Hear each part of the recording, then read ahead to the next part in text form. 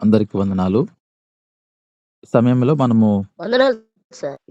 ప్రార్థన చేసుకొని వందనాలు సార్. వందనాలమ్మా. ప్రార్థన చేసుకొని వాక్యాన్ని ధ్యానించుకుందాం. పరిశుద్ధుడా, ప్రేమ కలిగిన తండ్రి, మీకు స్తోత్రం నాయనా. అయినా ఈ యొక్క ఉదయకాల సమయంలో ప్రభువా, మేమందరం కూడా మొదటి గడియ ప్రభువా మీతో గడిపే భాగ్యం మీరు మాకు ఇచ్చారు. అయినా బయట వాతావరణం సరిగా లేకపోయినప్పటికీ ప్రభువా తండ్రి, ఎటువంటి ఇంటర్నెట్ ఇబ్బంది లేకుండా అందరం కూడా కలుసుకున్నందుకు స్తోత్రములు నాయనా. సహాయం దయచేయండి. అయినా ఇప్పటి వరకు ప్రభువా పాటలు పాడాము. ఈ సమయంలో వాక్యం ధ్యానించుకోబోతుండగా మీరు మాతో మాట్లాడండి ప్రభువా. కుటుంబం గురించి ధ్యానించుకోబోతున్నాం. కుటుంబము ఏ విధంగా ఉండాలి అనే విషయం గురించి ధ్యానించుకోబోతుండగా నాయనా మీరు మాతో మాట్లాడి, నాయనా ఒకవేళ మేము వాక్య ప్రకారంగా ఉండకపోయినట్లయితే ప్రభువా ఆ విధంగా నడుచుకోవడానికి తగిన జ్ఞానం దయచేయమని ప్రార్థన చేస్తున్నా. చేరువచ్చిన ప్రతి బిడ్డను మీరు జ్ఞాపకం చేసుకొని దీవించండి. తగిన మేళ్ళు ఆ కుటుంబంలో దయచేయమని నాయనా మీరు నన్ను మీ బూరగా వాడుకోమని యేసుక్రీస్తు నామములో అడిగి వేడుకుంటున్నాను తండ్రి. ఆమేన్. ఆమేన్. ఆమేన్. ఆమేన్. ప్రభునందు ప్రియమైన వారలారా, ఈరోజు మనము కుటుంబం గురించి మనం నేర్చుకోబోతున్నాం. కుటుంబంలో ఎలా ఉండాలి. దేవుడు అనాది సంకల్పంలో ఆయన కుటుంబ వ్యవస్థను ఏర్పాటు చేశాడు. ఆదామును హవ్వ విషయాన్ని కూడా మనం గమనించినప్పుడు ఆదాముకు గాఢ నిద్ర కలుగజేశాడు. ఆదాము నుండి హవ్వను ఆయన సృష్టించాడు. కనుక మొట్టమొదటి స్థానము దేవుడు ఆదాముకు ఇచ్చినట్లుగా మనం చూస్తూ ఉన్నాం. అందుకోసమే హవ్వ గురించి కూడా ఆయన ఆదామంటాడు, నా ఎముకలలో ఎముక అని మాటను సంబోధిస్తాడు. ఈ కుటుంబ వ్యవస్థ చాలా శ్రేష్టమైంది. ఈ కుటుంబ వ్యవస్థ దేవుడు ఏర్పాటు చేసింది. కుటుంబంలో కూడా ఎవరు ఎలా తన పాత్రలు లేకపోతే తన పనులు చేయాలన్నా కూడా ఆయన బైబిల్లో పొందుపరిచి ఉన్నాడు. ఎవరు ఎలా ప్రవర్తించాలో కూడా బైబిల్లో పొందుపరిచి ఉన్నాడు. స్త్రీ బాధ్యతలు ఏమున్నాయి, పురుషుని యొక్క బాధ్యతలు ఏమున్నాయి, ఇవన్నీ కూడా మనము పరిశుద్ధ గ్రంథంలో చూడొచ్చు. అయితే మనం ఒకసారి లోకాన్ని గమనించినప్పుడు మరి పరిశుద్ధ గ్రంథంలో ఏమైతే రాసి ఉన్నాయో ఇవి పక్కన పెట్టి ఈరోజు లోకం వైపు ప్రయాణం చేస్తూ లోకస్తుల్ని అనుసరిస్తూ ఈ రోజున కుటుంబ వ్యవస్థ జరుగుతూ ఉంది.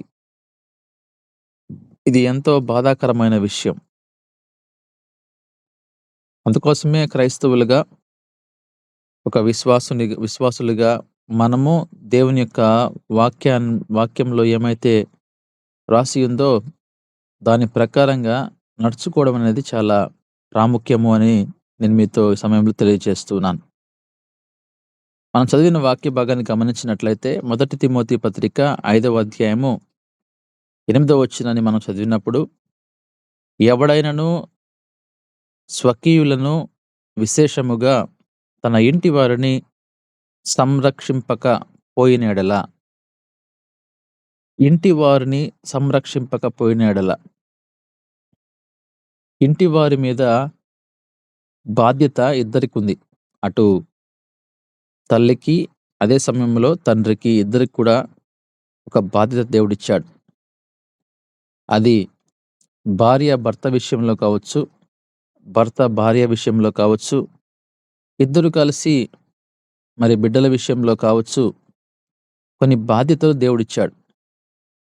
ఈ బాధ్యతలు మనము చేయకపోతే లేకపోతే కుటుంబాన్ని సంరక్షించుకోకపోతే వాడు విశ్వాస త్యాగము చేసిన వాడై అవిశ్వాసి కన్నా చెడ్డవాడయుండును అనే మాట చూస్తున్నాం.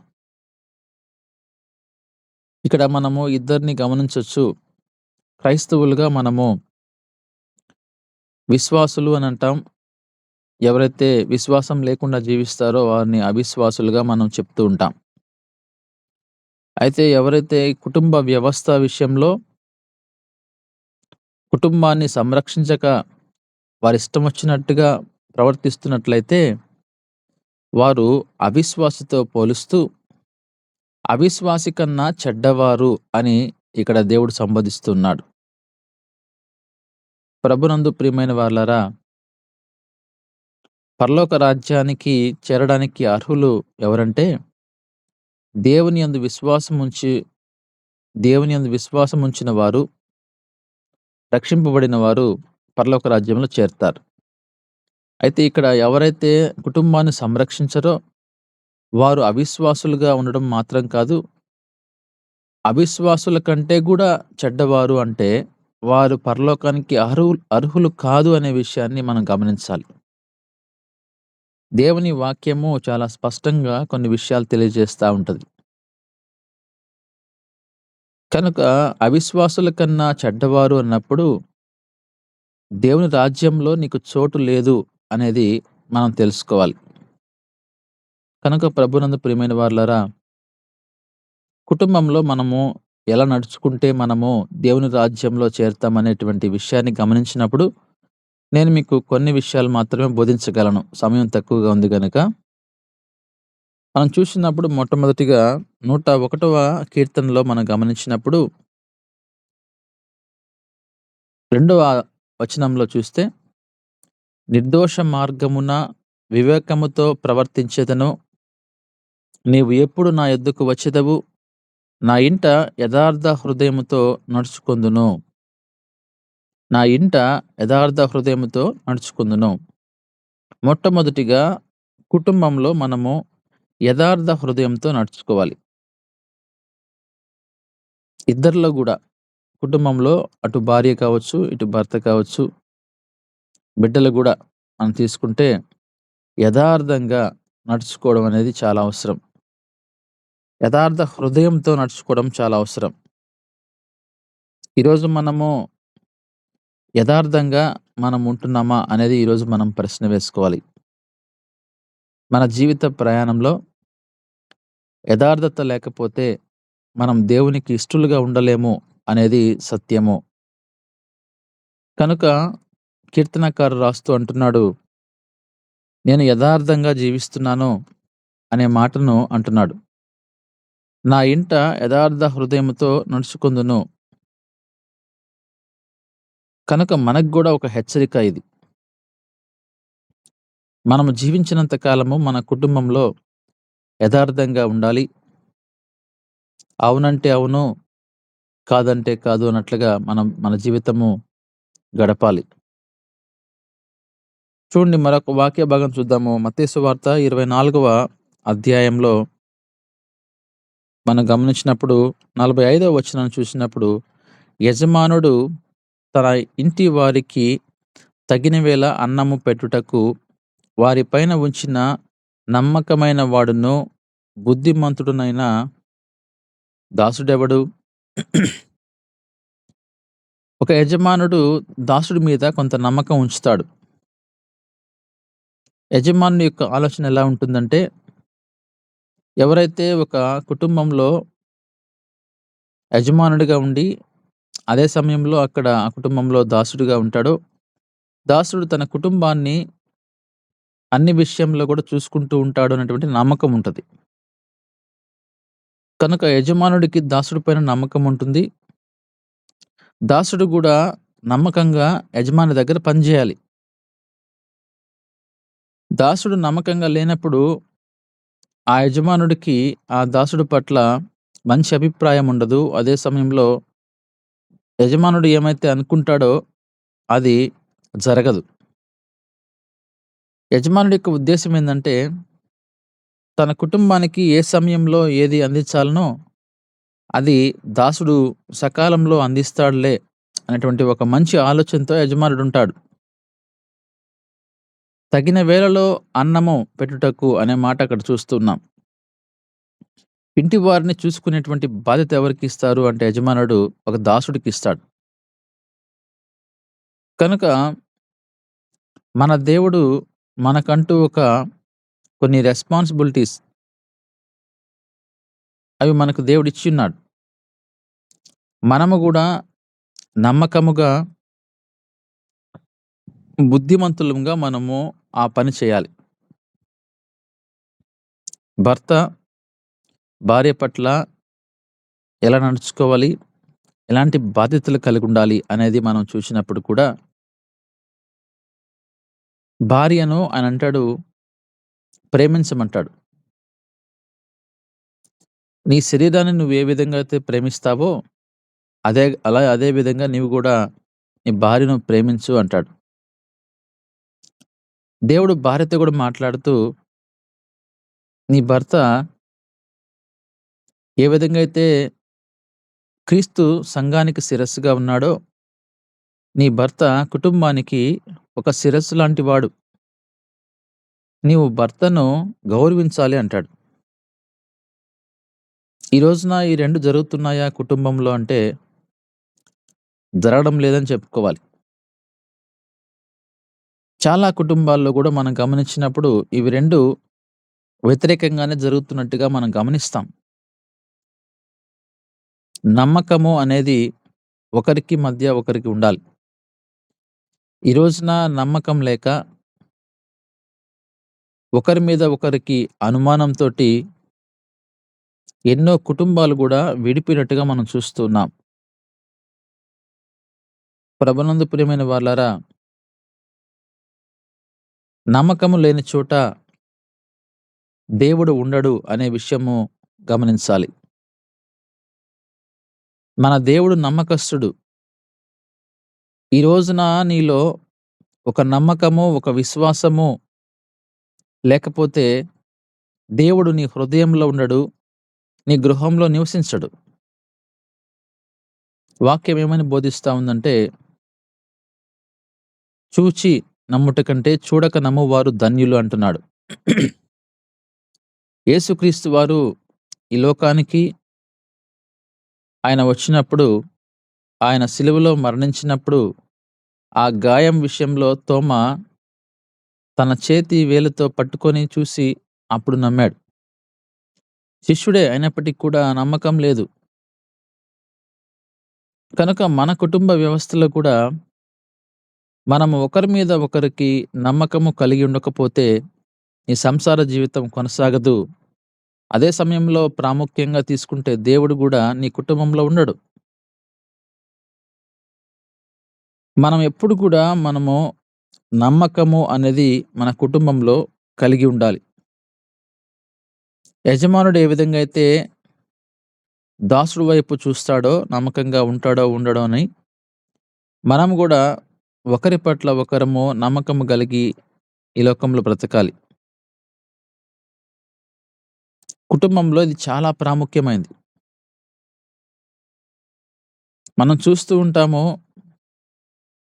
కొన్ని సందర్భాల్లో భర్త ఆలస్యంగా ఇంటికొచ్చినప్పుడు, భర్త గురించి అనుమానించేటువంటి వారు భార్యలు గూడా ఉన్నారు. అదే సమయంలో కొన్ని సందర్భాల్లో భార్యను జూసి అనుమానించేటువంటి భర్తలు గూడా ఉన్నారు. అట్లాంటి పరిస్థితుల్లో మనం ఉన్నప్పుడు, దేవుడు మన కుటుంబంలో ఏ విధంగా నివసించగలడు? నీ హృదయంలో దేవుడు ఏ విధంగా నివసించగలడు? నీ హృదయం అనేది యథార్థంగా ఉన్నప్పుడు, నీ హృదయం అనేది పరిశుద్ధంగా ఉన్నప్పుడు, దేవుడు నీ హృదయంలో నివసిస్తాడు. కనుక మనము కుటుంబంలో మొట్టమొదటిగా నమ్మకము కలిగి జీవించాలి అనే సత్యాన్ని ఇక్కడ మనం నేర్చుకుంటున్నాం. మరొక మాట చూద్దాము. ద్వితీయోపదేశకాండము 11వ అధ్యాయము మనం గమనించినప్పుడు 18వ వచనం చదువుకుంటూ వెళ్తే, కాబట్టి మీరు నా మాటలను మీ హృదయములోను మీ మనస్సులోను ఉంచుకొని వాటిని మీ చేతుల మీద సూచనలుగా కట్టుకొనవలెను. అవి మీ కనుల నడుమ బాసికములుగా ఉండవలెను. దేవుని వాక్యము ఇక్కడ మనకు ఏమని బోధిస్తుందంటే, దేవుని మాటలు మన హృదయంలో, మన మనస్సులో ఉంచుకోవాలి. వాటిని మనము చేతుల మీద ఒక సూచనలుగా కట్టుకోవాలి అంటున్నాడు. అవి నీ కనుల నడుమ బాసికములుగా ఉండాలి. నీవు నీ ఇంట కూర్చుండినప్పుడు, త్రోవన నడుచునప్పుడు, పండుకొనినప్పుడు, లేచినప్పుడు వాటిని గూర్చి మాటలాడుచు, వాటిని మీ పిల్లలకు నేర్పి, నీ ఇంటి ద్వారబంధముల మీదను, నీ గవనుల మీదను వాటిని వ్రాయవలెను అంటున్నాడు. మనము ఇంట్లో కూర్చున్నప్పుడు గాని, మనం ప్రయాణంలో ఉన్నప్పుడు గాని, పండుకొని నిద్రపోయేటువంటి సమయంలో కూడా, నీవు లేచినప్పుడు, నిద్రపోతున్నప్పుడు, అన్ని సందర్భాల్లో అని అర్థం అక్కడ. అనుక్షణము మన కుటుంబంలో ఎప్పుడు గూడా దేవుని వాక్యాన్ని నెమరు వేసుకుంటూ ఉండాలి. కుటుంబంలో మనము ఈ వాక్యానికంటే గూడా ఇప్పుడు గొడవలకి ప్రాధాన్యత ఇస్తూ ఉన్నాం. వచ్చినప్పటి నుంచి మన కుటుంబంలో మనం చూసినప్పుడు, ఎవరికి వాళ్ళు పనులకు వెళ్ళి, లేపోతే ఉద్యోగాలకు వెళ్ళి, గృహాలకొచ్చిన తర్వాత, ఈ కొన్ని కుటుంబాల్లో మనం గమనించినప్పుడు ఎప్పుడు గూడా అరుపులు, అలజడులు రేగుతూ ఉంటాయి. దానికి కారణము దేవుని వాక్యం ఉండాల్సిన చోట సాతాను చోటు ఇస్తున్నాము అంటే, ఈ అల్లర్లకు కర్త ఎవరు? సాతాను. కనుక దేవుని వాక్యాన్ని పక్కన బెట్టేసినప్పుడు నీవు సాతానికి తావిస్తావు. మన ఇంట్లో ఎప్పుడు గూడా ఆయన అంటున్నాడు, ప్రతి క్షణము గాని దేవుని వాక్యం ఉన్నట్లయితే సాతాను ఆ గృహంలో ఉండదు. సాతాను అనగా దేవుని వాక్యానికి వ్యతిరేకమైనటువంటి ప్రవర్తన. ఆ ప్రవర్తన ఆ యొక్క చెడు ప్రవర్తన, లేకపోతే అనుమానించేటువంటి ప్రవర్తన, లేకపోతే అలజడి రేపేటువంటి ప్రవర్తన, లేకపోతే ఒక అరుపులతో కూడినటువంటి ప్రవర్తన కుటుంబంలో ఉండకూడదు అంటే, నీవు కూర్చున్నప్పుడు, లేచినప్పుడు, నడుచున్నప్పుడు, పండుకున్నప్పుడు దేవుని వాక్యాన్ని నెమరు వేసుకునేటువంటి స్థితిలో మనం కుటుంబంగా ఉండాలి. నీ పిల్లలకు దేవుని వాక్యాన్ని బోధించాలి అంటున్నాడు. మనమే దేవుని వాక్యాన్ని బోధించకుండా ఒకరిని ఒకరు మనము తిట్టుకుంటూ, లేకపోతే గొడవలతో కుటుంబం గడుపుకుంటూ ఉంటే బిడ్డలకి మరి ఏం బోధిస్తాం? మనము దేవుని వాక్యాన్ని కలిసి ధ్యానించుకుంటూ, నెమరు వేసుకుంటూ, అదే పరిస్థితిలో మన బిడ్డలకు కూడా ఆ వాక్యాన్ని బోధించినప్పుడు వారు వాక్యంలో పెరిగేవారుగా ఉంటారు. యేసుక్రీస్తు వారు ఈ లోకంలో ఉన్నప్పుడు గూడా ఆయన గురించి ఒక చక్కని మాటను మనం గమనిస్తాం. దేవుని వాక్యమందును మనుషుల దయందును వర్ధిల్లాడు అని.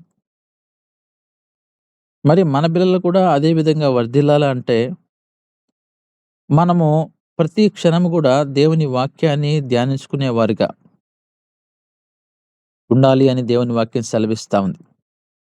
కొన్ని కుటుంబాల్లో దేవుడు సమృద్ధి అయినటువంటి అన్నీ ఇచ్చినప్పుడు గూడా, వారు ఏదైతే మనకు లేదో దాని గురించి వాళ్ళు ఆలోచిస్తూ, మనస్పర్ధలు తీసుకొనొచ్చుకుంటూ, ఆ జీవితం కొనసాగిస్తూ, ఎప్పుడు గూడా మనశ్శాంతి లేకుండా బ్రతికే కుటుంబాలున్నాయి. అన్ని సౌకర్యాలున్నాయి. ఆర్థికంగా డబ్బుంది. తినడానికి దేవుడు ఆహారం ఇచ్చాడు. ఉండడానికి దేవుడు గృహం ఇచ్చాడు. అయినప్పటికి కూడా నీ మాటల్లో గాని, ప్రవర్తనలో మార్పు లేదు అంటే, నువ్వు దేవుని యొక్క బిడ్డవి కాదు. సాతాను యొక్క సంబంధికుడివి. కనుక దేవుని వాక్యానికంటే గూడా నువ్వు ఇతర విషయాలకి ఎక్కువ ధ్యాస ఇస్తున్నావు అనేది మనం గమనించాలి. అందుకే ఆయన ఆ రోజునే రాయించాడు. ప్రతి సందర్భంలో గూడా దేవుని వాక్యాన్ని ధ్యానించండి. నువ్వు నిద్రపోతున్నావా? దేవుని వాక్యాన్ని ధ్యానించుకొని పనుకో. నిద్ర లేచేటప్పుడు దేవుని వాక్యాన్ని ధ్యానించుకో ఒకసారి. నీవు ఇంట ద్వారబంధం మీద రాసుకో. నీ గౌనుల మీద రాసుకో, నీ చేతికి మీద రాసుకో, నుదుటి మీద రాసుకో. ఎప్పుడైతే నువ్వు ఆ విధంగా అనుక్షణము ఆ వాక్యం అనేది ధ్యానించుకుంటూ ఉంటావో, దేవుని వాక్యం నిన్ను నడిపిస్తుంది. నీ వాక్యము నా పాదములకు దీపము, నా త్రోవకు వెలుగుగా ఉంటది.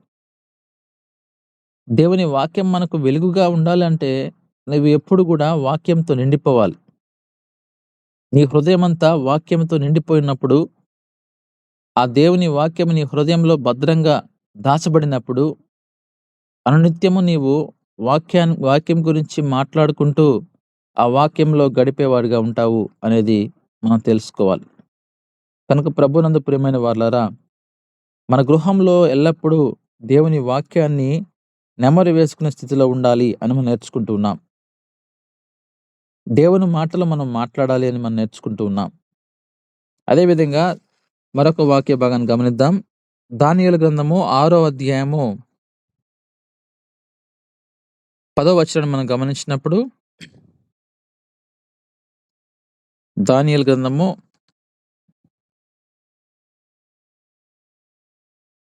6వ అధ్యాయము 10వ వచనం చదువుదాం. ఇట్టి శాసనము సంతకము చేయబడినని దానియేలు తెలుసుకొనినను అతడు తన ఇంటికి వెళ్ళి యథాప్రకారముగా అనుదినము ముమ్మారు మోకాలుని తన ఇంటి పైగది కిటికీలు యెరూషలేము తట్టునకు తెరవబడి ఉండగా తన దేవునికి ప్రార్థన చేయుచు ఆయనను స్తుతించుచూ వచ్చెను. ఇక్కడ మనం చూస్తూ ఉన్నాము, యథాప్రకారము అనే మాట చూస్తూ ఉన్నాం. దానియేలు చేస్తున్నటువంటి ఈ ప్రార్థన వల్ల అక్కడ ఒక శాసనం అనేది రాయబడింది.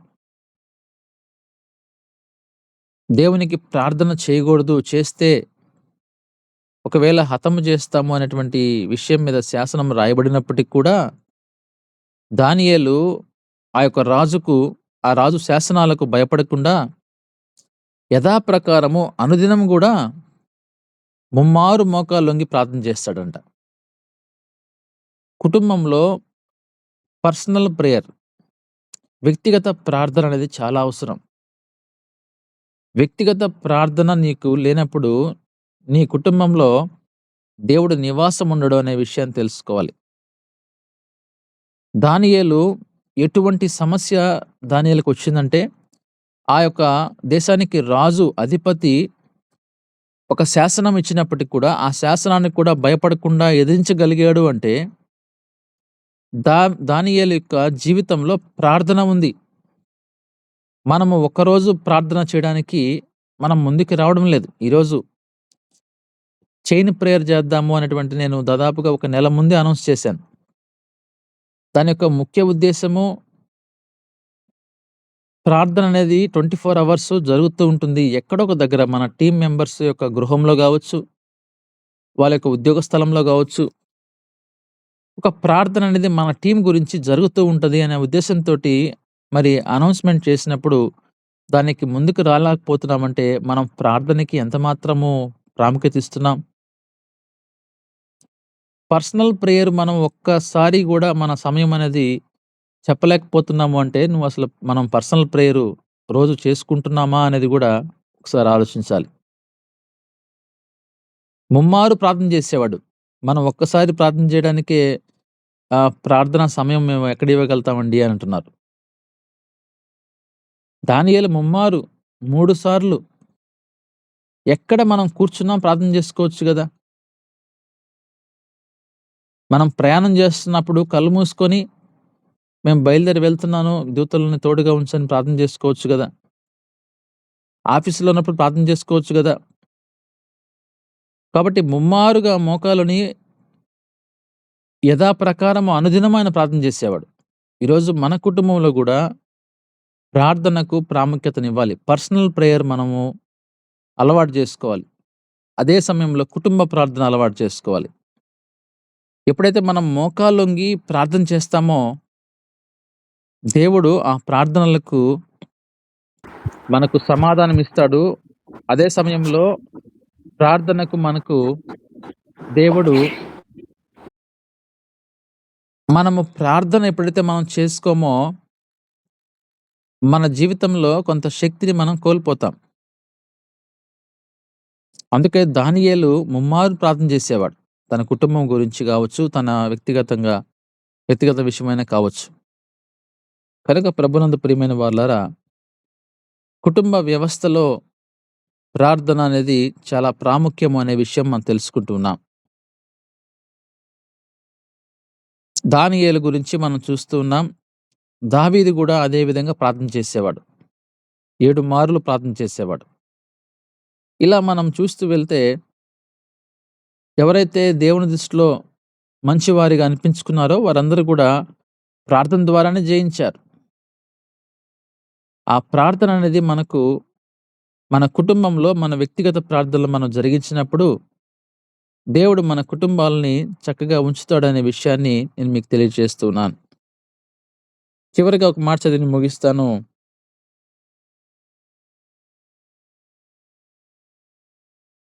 హ్మ్. మొదటి దినవృత్తాంత గ్రంథంలో మనం చూసినప్పుడు 16వ అధ్యాయము 43వ వచనం చదువుదాం ఒకసారి. తరువాత జనులందరూ తమ తమ ఇండ్లకు వెళ్ళిపోయిరి. దావీదును తన ఇంటి వారిని దీవించుటకై వారి యొద్దకు పోయెను. దావీదును తన ఇంటి వారిని దీవించుటకై వారి యొద్దకు వెళ్ళాను. ఇక్కడ మనం చూస్తూ ఉన్నాము, దినవృత్తాంతము గ్రంథము మొదటి గ్రంథంలో 16వ అధ్యాయం 43వ వచనంలో దావీదు తన ఇంటికి వెళ్ళాడంట. ఎందుకు వెళ్ళాడు? తన ఇంటి వారిని దీవించుటకు వెళ్ళాడు. మన కుటుంబాన్ని మనము దీవించేవారిగా ఉండాలి. మన బిడ్డల్ని ఎప్పుడు మనము దీవెనలతో మాట్లాడేవారిగా ఉండాలి. ఈరోజు కొందరు మాట్లాడతారు కుటుంబంలో చూసినప్పుడు, ఎప్పుడు తన కడుపున పుట్టిన బిడ్డలు కావచ్చు, మరి తల్లిదండ్రులుగా కూడా బిడ్డల్ని ఎప్పుడు శపిస్తూ ఉంటారు, తిడుతూ ఉంటారు. దేవుని వాక్యం బోధిస్తూ ఉంది, మనం ఎప్పుడు కూడా మన బిడ్డల్ని దీవించే పరిస్థితుల్లో ఉండాలి. వాళ్ళు తప్పులు చేసినప్పుడు మనం వారిని సముదాయించాలి, గద్దించాలి, బెత్తం వాడాలి, కానీ శపించాలని దేవుని వాక్యం సెలవివ్వడం లేదు. కనుక మనం ఎప్పుడు మన కుటుంబ జీవితంలో దీవించే పరిస్థితుల్లో మనం ఉండాలి. అందుకోసమే దావీదు ఒక రాజుగా ఉన్నప్పటికీ కూడా తన ఇంటికి వెళ్ళి తన బిడ్డల్ని ఆయన దీవిస్తూ ఉన్నాడు. దీవించడం కొరకే వెళ్ళాడు. చూసారా? ప్రభునందు ప్రియమైన వారలారా, మన కుటుంబంలో మరి దీవెనలు ఉంటున్నాయా? మనం ఎటువంటి సంభాషణ మరి కుటుంబంలో జరుపుతున్నాం? అది ఉప్పులాగా సారవంతంగా ఉంటున్నాయా? మరి నీ మాటలు మరి కుటుంబంలో దేవుని వాక్యానికి అనుకూలంగా ఉంటున్నాయా లేదా అనేది ఒకసారి అందరూ ఆలోచించుకోవాలి. కొన్ని కుటుంబాల్లో మనం చూసినప్పుడు కూడా కుటుంబంలోకి అడుగుపెట్టినప్పటి నుంచి చెడ్డ మాటలతోనే ప్రారంభం చేస్తారు. నిద్రపోయేంత వరకు కూడా చెడ్డ మాటలతోనే నిద్రపోతారు. అది వారు మందిరానికి వెళ్తూ ఉంటారు, దేవుని వాక్యాన్ని వింటూ ఉంటారు, బైబిల్ చదువుకుంటూ ఉంటారు. అదే సమయంలో టీవీలో ఒకవేళ వాక్యం వస్తే వింటుంటారు. అయితే ఆ ప్రవర్తన మార్చుకోలేకపోతున్నావు అంటే నువ్వు దేవుని బిడ్డవు కాదు, నువ్వు సాతాను సంబంధికుడివి. నీవు ఒక వేషం వేసుకొని ఉన్నావు క్రైస్తవుడిగా, ఒక క్రైస్తవుడిగా రాలుగా ఒక ముసుగు వేసుకున్నావు, కానీ దేవుని బిడ్డవు కాదు నీవు. ఒకవేళ ఈ మనుషులు గుర్తించలేకపోవచ్చేమో కానీ నిన్ను దేవుడు ఒక రోజున తీర్పు దిన నిన్ను ఆ రోజు నీవు తేలిపోతావు. ఆ రోజు నీవు ఆయన ముందు తేలిపోతావు. కనుక మన మాటలు చాలా జాగ్రత్తగా ఉండాలి. కుటుంబంలో దీవెనకరమైన మాటలు రావాలి. కోపం వచ్చినప్పుడు నీ కోపాన్ని అణుచుకునే స్థితిలో నీవు ఉండాలి. కోపపడుడి అంటాడు వాక్యంలో, కానీ పాపము చేయకుడి అంటాడు. మళ్ళీ కోపం రావాల్సిందే ప్రతి మనిషికి. ఏదో సందర్భంలో వస్తుంది. అయితే కోపము పడినప్పుడు ఆ కోపము తగినటువంటి ఆ యొక్క లిమిట్స్లో మనం ఉండాలి. పాపముకి అది మార్చబడకూడదు. నీవు బూతులు మాట్లాడుతున్నావు అంటే నువ్వు పాపం చేస్తున్నావు. నీవు హింసిస్తున్నావు, కొడుతున్నావు అంటే నువ్వు పాపం చేస్తున్నావు. దేవుని వాక్యానికి వ్యతిరేకమైన కార్యాలు నువ్వు చేస్తున్నావంటే దేవుని వాక్యం నీలో లేదు. ప్రార్థన నీలో లేదు. నిన్ను నీవు కంట్రోల్ చేసుకోలేకపోతున్నావు అంటే దేవుడు నీ హృదయంలో లేడు అనే విషయాన్ని గమనించాలి. సెల్ఫ్ కంట్రోల్ ప్రతి ఒక్కరిలో ఉండాలి. ఆ కంట్రోలింగ్ కెపాసిటీ నీలో లేదు అంటే నీలో దేవుని వాక్యం నిలకడగా లేదు. తొందరపడి మాట్లాడుతున్నావు అంటే దేవుని వాక్యం నీలో లేదు. తొందరపడి చేయి చేస్తున్నావు అంటే నీలో దేవుని వాక్యం లేదు. అందుకే ఈరోజు దేవుడు మనతో మాట్లాడుతున్నాడు. కుటుంబ వ్యవస్థ మంచిగా ఉండాలి అంటే, కుటుంబంలో ఎలా ఉండాలి అంటే, యథార్థ హృదయంతో నడుచుకోవాలి. నమ్మకంగా నడుచుకోవాలి. ఇంటిలో దేవుని మాటలు వినబడాలి. ప్రార్థనలు చేయాలి. అదే సమయంలో ఇంట్లో అందరికి కూడా దీవెనలు పంచాలి. దీవెనలు వల్లించాలి. ఇలా మనం జరిగించినప్పుడు మన దేవుడు మన కుటుంబాన్ని దీవిస్తాడు. మన కుటుంబము ఇతరులకు మాదిరికర కుటుంబంగా ఉంటది. ఈరోజు క్రైస్తవుల కుటుంబంగా మన కుటుంబం ఉన్నప్పుడు నీ చుట్టుపక్కల వారు నీ దగ్గర నుంచి ఏం నేర్చుకుంటున్నారు? నిన్ను గమనించినప్పుడు నిన్ను గమనించినప్పుడు నీ దగ్గర నుంచి వాళ్ళు ఏం నేర్చుకుంటున్నారు? నువ్వు లోకానికి వెలుగని దేవుడు చెప్పాడు గదా! మరి మన కుటుంబం చూసినప్పుడు దేవుడు చుట్టుపక్కల అన్యుల కుటుంబాలు ఏవైనా నేర్చుకునే పరిస్థితిలో ఉన్నారా? నేర్చుకోవాలి. మనల్ని చూసినప్పుడు చుట్టుపక్కల కుటుంబాలు మనల్ని చూసినప్పుడు వారు మనల్ని చూసి నేర్చుకోవాలి.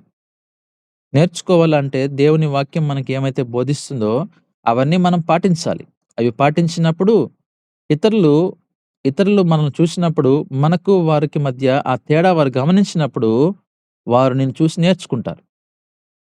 అందుకే క్రైస్తవ కుటుంబము అంటే అది లోకం నుంచి వేరు చేయబడిన కుటుంబం.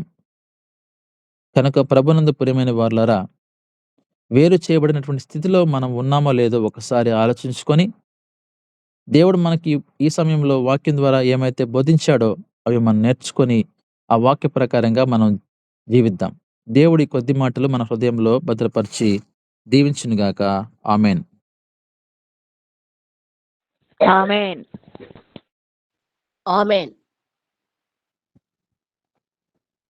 దేవునికి ఆమేన్. స్తోత్రం. ఆమేన్. దేవునికి స్తోత్రం. చక్కని కుటుంబ పరిస్థితుల గురించి, కుటుంబంలో ఏ విధంగా మనం ప్రవర్తించాలి, కుటుంబాన్ని ఏ రీతిగా మనం పోషించాలి,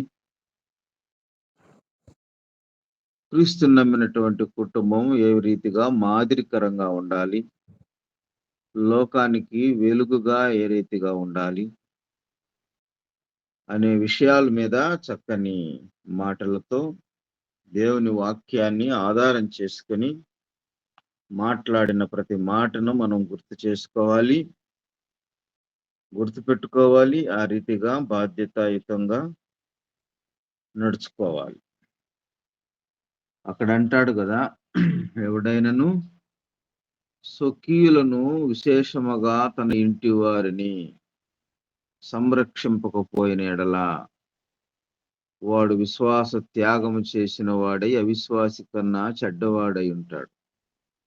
కాబట్టి తన ఇంటి వారి కొరకు, తన ఇంటి వారి అవసరతలు, తన ఇంటి వారి పోషణ, వారందరిని కూడా పోషించగలిగినటువంటి బాధ్యత వహించాలి. వారిని విడిచిపెట్టకూడదు. వారిని పోషించగల బాధ్యత, భారం కలిగి ఉండాలి విశ్వాసి. చెట్టుకొకరు పుట్టకొకరు అన్నట్లుగా విడిచిపెట్టినట్టయితే అవిశ్వాసి కన్నా చెడ్డవాడైపోతాడంట. కాబట్టి కుటుంబం యొక్క బాధ్యతాయుతమైనటువంటి పరిచర్య, కుటుంబాన్ని పోషించలేనిటువంటి వ్యక్తి సంఘాన్ని పోషించలేడు. కుటుంబం దేవుడిచ్చినటువంటి గొప్ప వరం. ఆ కుటుంబము ద్వారా దేవుని నామాన్ని మహిమపరచుకోవాలి. అలాంటి కుటుంబ బాధ్యతలు మనందరికీ దేవుడిచ్చినాడు. దానిలో చక్కగా మనము నడవటానికి దేవుడు కృప చూపునుగాక. వాక్యం చెప్పినటువంటి బ్రదర్ వినీత్ కుమార్ గారికి ప్రభు నామములో వందనాలు తెలియజేస్తూ ఉన్నాం. వాక్య ఫలింపు కొరకు మన మధ్యలో ఉన్నటువంటి సలోమి గారు రాయపేట ప్రార్థన చేయాల్సిందిగా మనం చేస్తూ ఉన్నాం. ప్రేమ నమ్మకము కలిగిన మా గొప్ప ప్రియ పరలోకపు తండ్రి, నీ ఘనమైన పాదములకు వెళ్ళిన వందనాలు స్తుతులు స్తోత్రములు ప్రభా. ఇదే కాలంలో నా తండ్రి యూసీవై టీంలో చేరి ప్రేయర్ చేయటకు మీరు ఇచ్చిన అవకాశాన్ని బట్టి మీ పాదాలకు వందనాలు తండ్రి. గొప్ప దేవుడు నాయన, స్తుతులకు పాత్రుడు, సింహాసనాసీనుడు తండ్రి. నాయన అయ్యా, మీరెంత గొప్పవారు నాయన. ఈ లోకంలో ఎంతో మాదిరికరంగా మాకు నా తండ్రి మరి ప్రేమను పంచి వెళ్ళినటువంటి గొప్ప దేవుడు ప్రభా. మన ఉదయ కాలంలో ప్రభా మీరు మాకు వివరించిన వాక్యాన్ని బట్టి మీ పాదాలకు వందనాలు. భర్త భార్య ఎడల ఏ రీతిగా నమ్మకముగా ఉండాలి అనే వాక్యాన్ని నా తండ్రి సంఘములో కానీ, ఇంట్లో కానీ, బయట కానీ ఎవరితో కూడా ప్రభా మరి నమ్మకం అనేది చాలా ప్రాముఖ్యమైనది కనుక నా తండ్రి, మా దేవుని మనం ఆశ్రయించినప్పుడు రెండు రకాలుగా ఉండకుండా మరి నా తండ్రి దేవుని చూస్తున్నాడు, మనల్ని చూస్తున్నాడు కాబట్టి ఇంట్లో కానీ బయట కానీ మరి నమ్మకం అనేది ఎక్కువ కలిగి ఉండాలి. అలాగనే దానియేలు కూడా నమ్మకస్తుడుగా ఉండి ఆయన ఎంతో 3 పూట్ల ప్రార్థన చేసేవాడుగా ఉన్నాడు. ఆయన దావీదు గారు కూడా ప్రభా 7 సార్లు ప్రార్థించేవాడుగా ఉన్నాడు. నా తండ్రి, దేవుని వాక్యాన్ని మమ్మల్ని బ్రతికించేది మీ వాక్యమే కనుక నా తండ్రి మా చేతుల్లో కానీ మా నుదుటి కానీ భాస్కరంగా రాసుకోమని చెప్పి ఉన్నారు. నా తండ్రి ప్రభా మరి ఆయా మా హృదయాల్లో మీ వాక్యాన్ని భద్రపరుచుకొని వాక్యాన్ని రీతిగా మేము జీవించటకు సహాయం దయచేయండి. మీ చిత్తమైతే ప్రభా మరి టీము ఉన్నవారు ఒక్క దినాన తండ్రి నాయన ప్రేయరు నాయన కంటిన్యూ చేయటకు కూడా కృప చూపించమని ప్రార్థిస్తున్నాను. మరి నా తండ్రి ప్రభా మరి ఎక్కడైనా కూడా మరి ఉద్యోగాల్లో కానీ మరి పనుల్లో కానీ ఇంట్లో కానీ దేవుని ప్రార్థన అనేది ఈ రోజుల్లో ఎంతో అవసరమైనది కనుక నా తండ్రి ప్రార్థన అనేది లేకపోతే కడవరి దినాల్లో సాతానుడు పడగొట్టేస్తాడు.